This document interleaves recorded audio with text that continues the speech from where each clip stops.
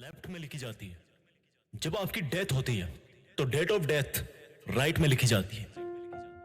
उन दोनों के बीच में जो जिंदगी आपकी, वो इन दोनों तारीखों को यादगार बनाती है। Got it? आप उन दोनों डेट्स को यादगार बनाने के लिए आज क्या कर रहे हो? कैसा लगता है जब पता पड़ता है कि अब एग्जाम के लिए केवल 1 महीना बचा है, 1 हफ्ता बचा है या कल एग्जाम है? कैसा लगता है जब आपका कोई पेपर खराब जाता है, कोई आपका पूरा साल खराब जाता है? एक बात बताओ दोस्त, खराब आपका पेपर और साल होता है या खराबी आप में होती है कि आपने पढ़ाई नहीं करी? आप पढ़ो या ना पढ़ो, आपकी पढ़ाई के हिस्से का जो टाइम है, जो इन दोनों डेट्स के बीच का टाइम है, दैट इज कंप्लीटली योर्स। लेकिन आपकी ही जिंदगी के लिए आपको छोड़ करके अगर कोई टेंशन में है तो वो कोई और है। आपकी पढ़ाई में आगे कितना खर्चा होगा, आप कब उनसे किसी खर्चे के लिए पैसे मांग लो, आपके पेरेंट्स को ये सोच सोच कर डर लगता है कि मैं कहां से लाऊंगा इतने पैसे। और एक बार आप अपने आप से पूछो सवाल कि आपने किन चीजों को जरूरी बना रखा है, आपने क्या क्या लफड़े पाल रखे हैं, आपका दिन कैसे शुरू होता है और किस तरह से पढ़ाई को टाल टाल कर आप फिर रात को बिस्तर में पहुंच जाते हो और सुबह अलार्म बजते सोचते हो कि यार सोते ही सुबह हो जाती है, सोने को ही नहीं मिलता। सोने को तो आपको मिल जाता है, लेकिन जो पढ़ाई के टाइम आपने जो जो लफड़े पाल रखे हैं उनको मैं बताता हूं एक बार।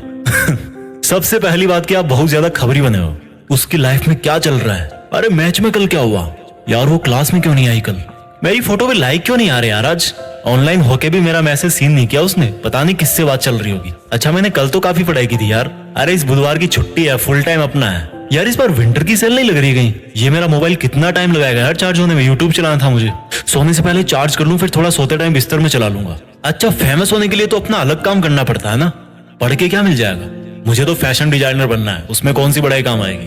अब तो भाई पंखा चलेगा तभी पढ़ूंगा, बिजली नहीं आ रही। वैसे पसीने में मोबाइल पर टाइम पास कर सकता हूँ बिना पंखा चले भी। और यार नेक्स्ट वीक प्रोग्राम है कॉलेज में, थोड़ी शक्ल चमका लेता हूँ अपनी, नए शूज और बेल्ट ले आता हूँ यार विवेक के साथ जाके। विवेक को फोन लगाया, अरे भाई क्या हाल है? कुछ नहीं भाई बस ऐसे ही। अच्छा सुन, शाम को राकेश वाली बाइक रख लियो अपने पास, दोपहर बाद शॉपिंग के लिए चलते हैं थोड़ा। अरे हाँ यार मुझे भी मोबाइल का कवर लेना है, और वो राहुल भी बोल रहा था बैग लेने के लिए। अच्छा ठीक है उसको ही बोल दियो भाई, वो रोहित के साथ आ जाएगा उसकी बाइक पे। अच्छा ठीक है भाई, कॉल बैक करता हूँ मैं। थोड़ी देर बाद विवेक का कॉल आता है, वो बोलता है अच्छा सुन भाई, वो मैंने राहुल से बात करी है, वो बोल रहा है कि अभी चलते हैं थोड़ा घूम फिर लेंगे। मन में भाई झूले लग गए, फट से तैयार हुए बाजार पहुंच गए। टाइम कब निकला पता ही नहीं चला। जहां अकेला जाके 1 घंटे में काम कर सकता था बंदा, वहां अब सबका फिजूल का काम खत्म करवाने का कॉन्ट्रैक्ट ले लिया आपने। और फिर वापस आते टाइम उनके घर से होते हुए आना था, मोबाइल से वेब सीरीज लेना था, बहुत सारे काम थे, लेकिन मकसद सिर्फ एक था, टाइम बर्बाद करना। मकसद सिर्फ एक था कि जो उन दोनों डेट्स के बीच में टाइम मिलाना आपको जिंदगी के नाम पर, उसको बर्बाद करना है बस।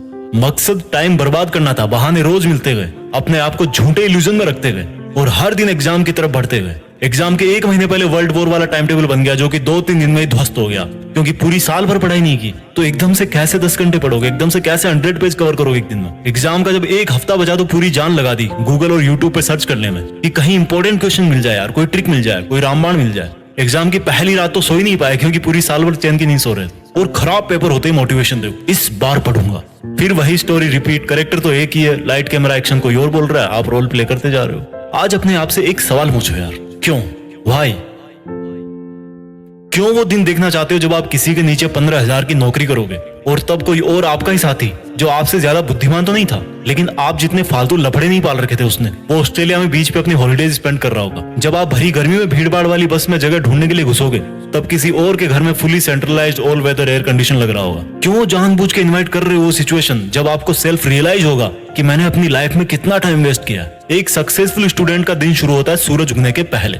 सूरज उगने से पहले वो तैयार होता है अपनी एक तेज तर्रार सोची समझी प्लानिंग और कॉपी कलम के साथ, और सूरज को बोलता है कि आजा चल लाइन में, देखता हूँ तो कितनी गर्मी भटकता है, कितना मुझे पसीने में भागता है, मैं तो नहीं रुकने वाला। एक स्टूडेंट का दिन खत्म होता है एक सेल्फ सेटिस्फेक्शन के साथ कि इस साल जो पढ़ाई का मैंने प्लान किया है, मैं उसके अकॉर्डिंग चल रहा हूँ, और मेरा आज जितना प्लान था स्टडी का वो मैंने आज फिनिश किया। बुद्धिमान लोगों में भी वही 1.5 किलो का दिमाग होता है, बस वो रगड़ के रखते हैं उसको, अपने दिमाग को अपनी उंगली पे नचाते हैं। और आपको देखो हर कोई नचा रहा है, कभी सोनिया का मैसेज नहीं आता, कभी रोहित धोखा दे जाता है, कभी विवेक से लड़ाई हो जाती है, कभी सारे दिन अपने लिए ब्लूटूथ हेडफोन देखते रहते हो अमेज़न खोल के। आपको तकलीफ मिलती है हर दिन, दर्द होता है हर दिन, लेकिन वो जो तकलीफ और दर्द है ना, उसका सोर्स चेंज करना है। वो दर्द होना चाहिए आपके हार्डवर्क से, ना कि किसी के साथ लड़ाई करने से। तकलीफ मिलनी चाहिए आपको जब आप ठंड में सुबह 5 बजे उठ के पढ़ते हो, तकलीफों का सोर्स चेंज करो। डॉक्टर अब्दुल कलाम बोलते हैं कि सीखने के लिए दर्द उठाना पड़ता है और दर्द ही इंसान के लिए सब कुछ अचीव करना पॉसिबल बनाता है। दिक्कत ये नहीं कि आप मेहनत नहीं कर पाओगे, दिक्कत ये है कि आप अपने आप को मेहनत करने के लिए कन्विंस नहीं कर पाते।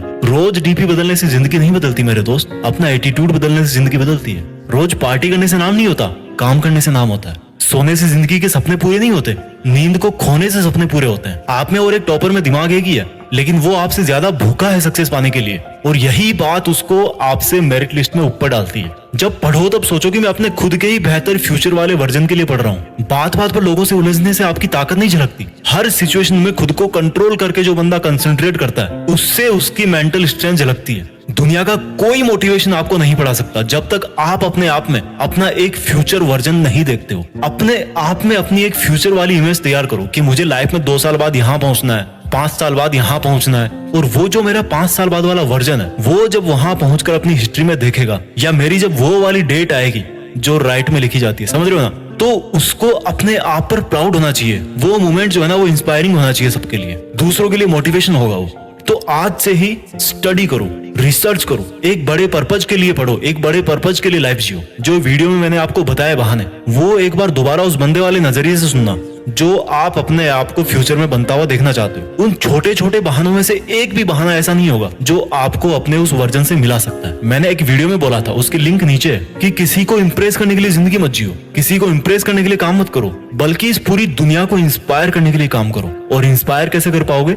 When you prove it to yourself first, जब आप पहले खुद को इंस्पायर कर पाओगे। मेरी बात समझ रहे होंगे आप इस लाइफ में कुछ ऐसा कर सकते हो जो कई सदियों तक कोई और इंसान ना कर पाए, और उसकी शुरुआत होती है आज से, अभी से, आपके नॉलेज से, आपकी क्यूरियोसिटी से, आपके आगे बढ़ने की भूख से। एक लाइन में हमेशा बोलता हूँ जो खुद मुझे मोटिवेट करती है कि कुछ बड़ा सोचो और बड़ा करो।